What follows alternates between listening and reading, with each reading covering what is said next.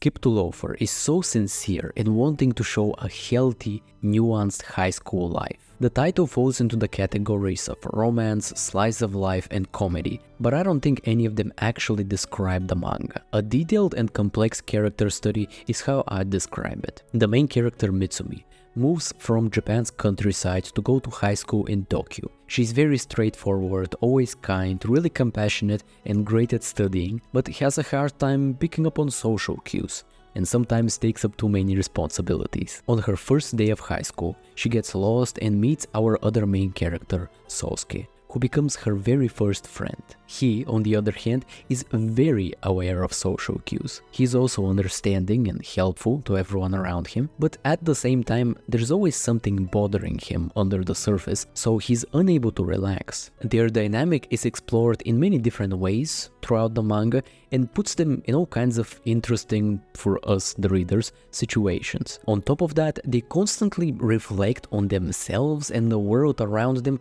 which creates these beautiful moments that perfectly capture their complex emotional state. Now imagine if we take this very well done personal dynamic and add all the side characters into the story, of which every single one has their own strengths and weaknesses that we fully explore while they are interacting with the main characters. Skip to Loafer presents itself in such a casual and, to a regular manga reader, familiar way, while in actuality having some of the most impressive writing I've ever experienced.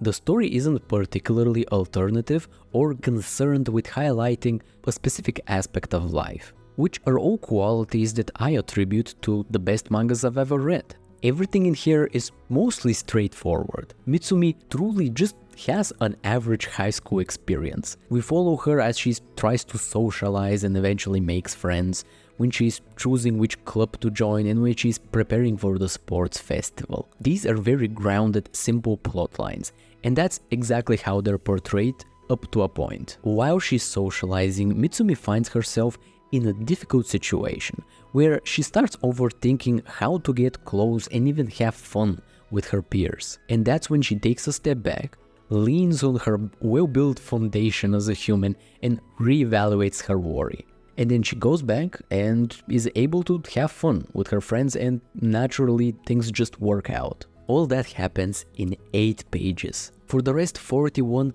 we go over traveling to school, making the plans with the group, and actually hanging out.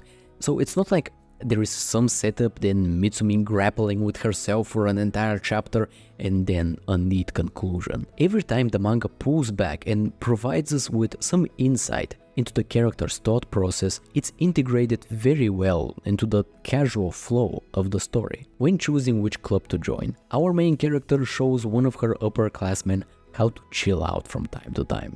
And when she's preparing for the sports festival, she has a heart-to-heart moment with one of her soon-to-be friends. Sometimes these moments are big, other times they're not.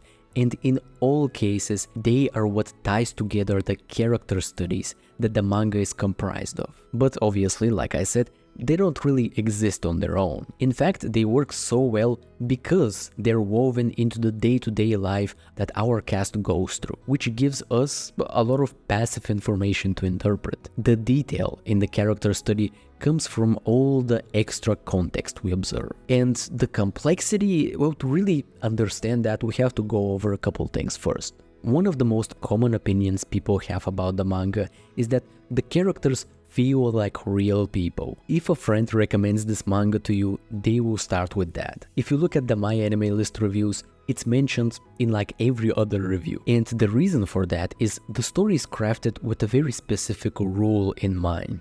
Only write something if it would make sense in real life. Which, as a writing principle, might sound simple, but you would be surprised how uncommon it is. Out of the 5 slice-of-life romance comedies, I've read only 2. In the very first chapter of Aoharu, the main dude tells the main girl he liked her in the past, but that things are different now and they need to move on. Then the girl starts crying, the dude tells her she's a fucking idiot and to stop, and then walks off. And that's the end of the interaction. This is the last panel on the page. The next page, something completely different. It's the girl getting food from the school cafeteria. It's not connected up. What? This is not how real people behave. This is how a romance manga from the 2010s gets you hooked. The whole title is written with the express purpose of waking up the teenage girl in you so you feel compelled to look at the next page. That's the philosophy of Aoharu, and it's a fun time because it excels at it. But since everything revolves around that, the characters just feel like puppets that can do whatever the story needs them to do. The same thing goes for Love is War. The entire experience revolves around comedy, which requires the characters to act in so many insane ways that they become completely divorced from reality. For me, art is about exploring life, and that's where Skip to Loafer is fundamentally different from my examples. It doesn't explore life from the viewpoint of a comedy or the viewpoint of a teenage drama. It explores life from the viewpoint of life itself. Every single character is written with the express purpose of reflecting how would they behave in real life. Because real people can be really good friends with somebody and also feel jealous of them, and they can recognize that and in spite of their predisposition act with kindness towards their friend. Not only do these characters experience complicated emotions, but on top of that, those emotions are tackled with nuance rooted in empathy and understanding.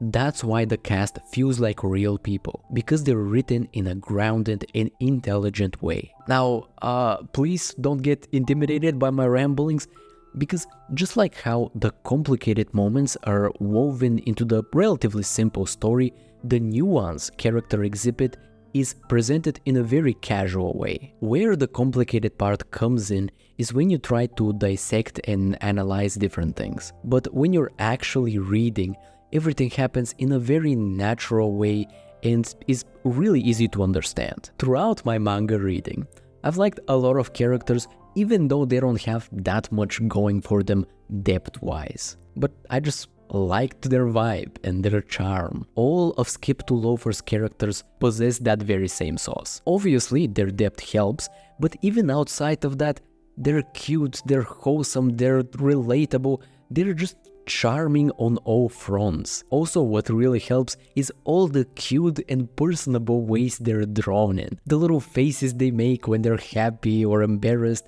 the moments when they're saying something very open or just appreciating something in silence, all of that contributes to their overall character. In addition to that, sometimes after something important is expressed, the manga gives you a whole page without any text, just to look at and appreciate the moment. These moments, these pages, are without a doubt the artistic highlight of the manga and my personal favorite moments as well. They just let you sit in the complexities of the story and help you relate the themes you're reading about back to yourself. That's how the well-paced art, complex characters and detailed story create one of the most flawlessly nuanced things I have ever read. This title is so special that not only does it work very well from an objective viewpoint, but it also managed to capture my attention on a very personal level as well. Because I'm not a 15-year-old that goes back home for summer break. And I'm not a Japanese trans woman, and I don't have a complicated relationship to acting. But despite all that, I was able to deeply relate to some of the complex emotions that were so well illustrated in Skip to Loafer. And I really enjoyed that. I'm giving the manga a 10.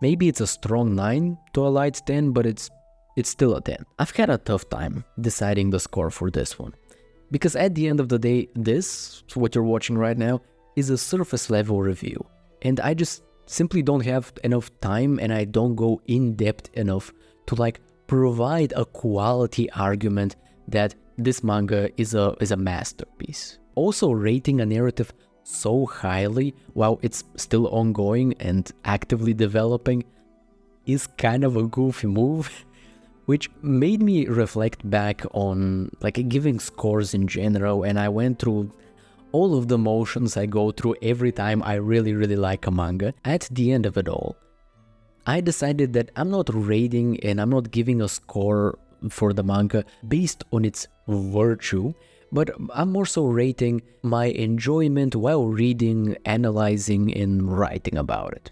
So that's my thought process behind that. The next review will be on Kindergarten Wars, which is kind of like if you take Yor from Spy X Family and make her like a 20-year-old teacher in a kindergarten and make her protect the children from other assassins. There are cute kids, fun action, and unique characters, and hopefully that can make the experience pretty entertaining. So if you want to read the title before the review comes out in like 2 weeks, then you can do that. This review exists in 3 different variations. The main and most detailed one is here on YouTube, this video you're finishing to watch right now. The second one is a condensed 1-minute review version that you can find anywhere there is vertical slop. And the third hidden variant is in written form, which is not just this script but repurposed. Instead, it's something I write from scratch with the intention for it to be read, not like listened to, like how you're doing now. To see that, you can go onto the newly created Substack we have now, and there you can find every written review, or all 3 of them currently. And while you're there, you can subscribe to the newsletter. So if you're not feeling like watching a 12-minute video, you can just receive this fancy little email that you can go through in like 2 minutes. Thank you very much for watching until the end of the video, and for everybody that's returning to the channel, I appreciate your patience so much. Hopefully, God willing, we'll see each other in the next 2 weeks.